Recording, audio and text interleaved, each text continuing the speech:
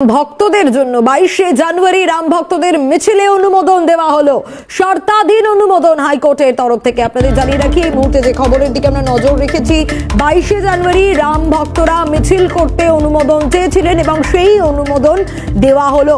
হাজরা মোড় থেকে ক্যামাক স্ট্রিট পর্যন্ত এই মিছিল হবে। এই মিছিলে অনুমতি পাওয়া গিয়েছে হাইকোর্টের তরফ থেকে, তবে শর্ত সাপেক্ষে এই অনুমোদন হাইকোর্টের তরফ থেকে। 22শে জানুয়ারি রাম মন্দিরের উদ্বোধন, রামলালার প্রাণ প্রতিষ্ঠা এবং বিকেল 4:30 থেকে 9:30টার মধ্যে কিন্তু এই গোটা মিছিল পর্ব শেষ করতে হবে। রাস্তার অর্ধেক অংশ দিয়ে মিছিল যেতে হবে, কারণ বাকি অংশে অবশ্যই জায়গা রাখতে হবে গাড়ি চলাচল ও পথচারীদের, যাতে কোনো রকম ভাবে কোনো অসুবিধে না হয়। আরো বিস্তারিত জানবো, অভিরূপা হাজরা আমাদের প্রতিনিধি রয়েছেন আমাদের সঙ্গে। অভিরূপা, হাজরা মোড় থেকে ক্যামাক স্ট্রিট পর্যন্ত এই মিছিলে অনুমোদন শর্ত সাপেক্ষে। তোমার কাছ থেকে একটু জানতে চাইবো কি কি শর্ত দেওয়া হয়েছে।